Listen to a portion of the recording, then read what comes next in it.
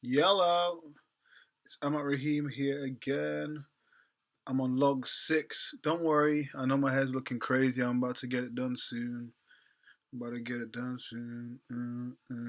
So, how's today been? Today's been a good day. Um, had to sort some stuff out with the car and whatnot.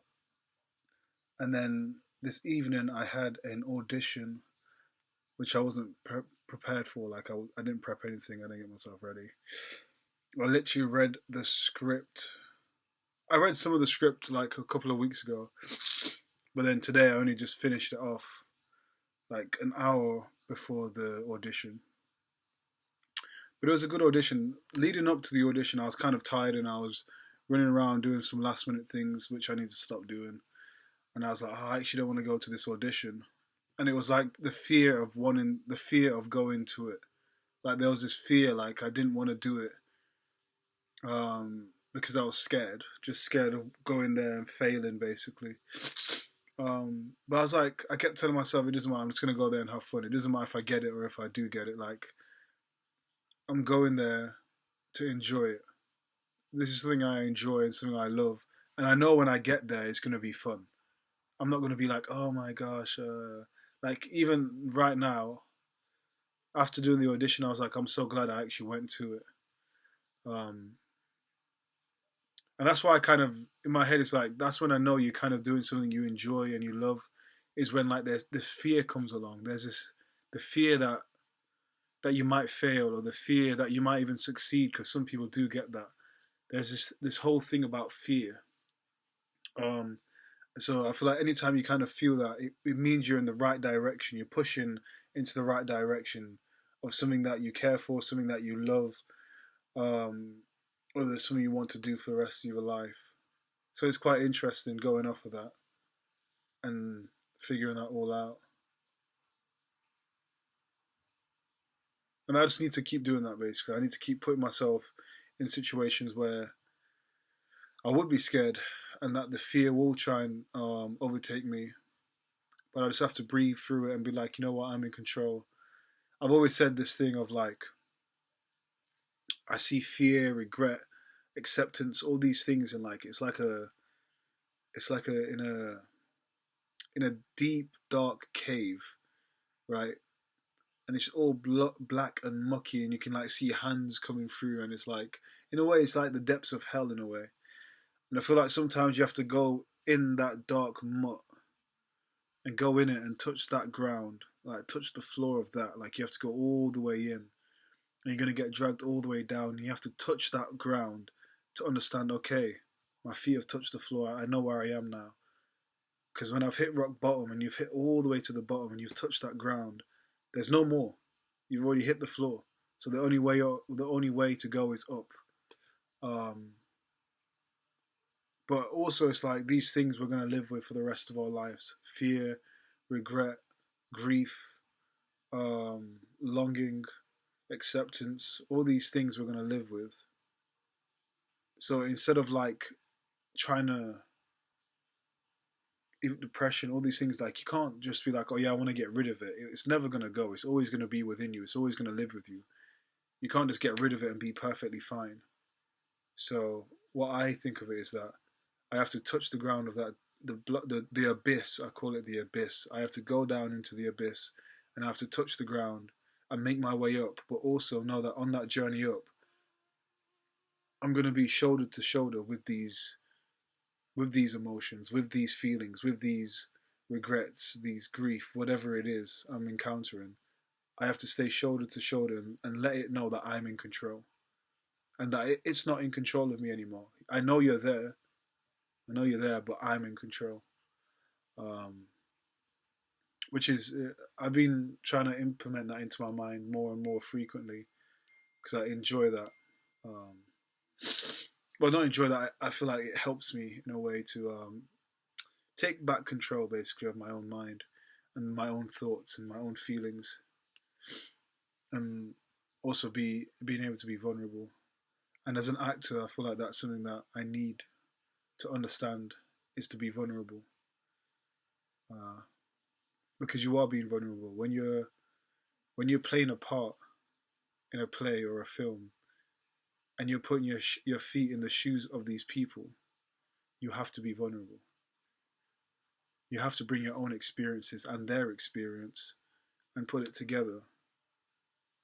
And you have to understand your own feelings and your own thoughts and your own process before you can then try and understand someone else's. And that means being vulnerable. That means going to places that where it hurts and you don't want to talk about it or you're scared. And that's what vulnerability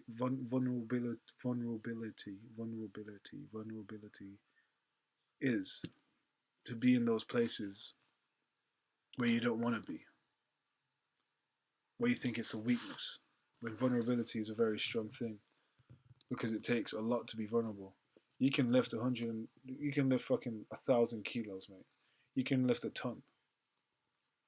That doesn't mean shit. But to be able to actually dive within yourself and confront those feelings you have and be vulnerable in front of people and in front of yourself, that's strong. That's strength at the end of the day. And not allowing your ego and pride to get in the way as well. That's strength. To be vulnerable in front of your child, that's strength. Do you know what I mean? Like those are the things I see as strength. I'm starting to realize that it's not a weakness anymore. And all these things, like that's what makes me an actor at the end of the day. That's what makes me a creative. And those are the things I need to understand and keep what's it called?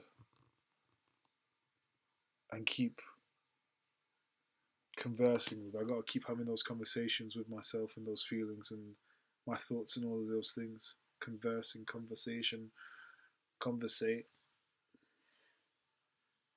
Well, today's been a good day. It's been a good, productive day. The next couple of days, it's my wife's birthday, so we're going away.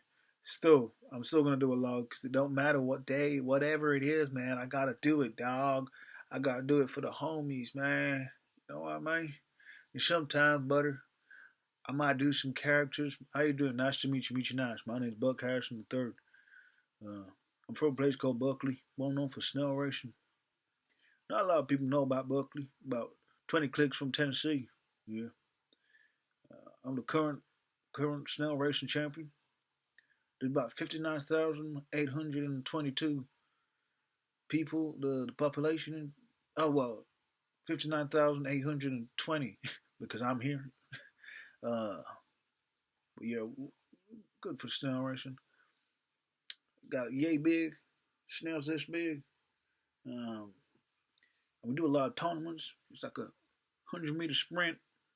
And sometimes, snails can take the time, but these big boys, they get on and going. But you got to get a grain of salt and you flick it at the back of its tail. Off he goes. See you later, Jerry. That's my buddy. But it's real good there. See, sometimes you're just going to get characters coming out. And that was Buck Harrison III. There's a lot more. It's a lot up here. Huh? Are you normal? No. But yeah. But today's been a good day. I enjoyed the audition. It kind of made my creative juices like flow again. And I was like, yeah. Just seeing other people doing the things they love, I'm like, yeah, that's what I love. That's what I need to be surrounded by. And I'm already surrounded by it with my friends. But when it comes to like acting, because that's kind of my main thing. So when I go to these acting workshops or the auditions, I'm like, yeah, I'm feeling the groove now. I'm feeling the. So then I just need to start writing my own shit and using my studio, which you guys will see, to do my thing. And here she comes. Don't hide. Who's that? Aye! Who is it? Don't you bloody come here again, love. Alright. Yeah, pick it up. Well, thank you guys for tuning in. These are short. Hopefully they'll get longer.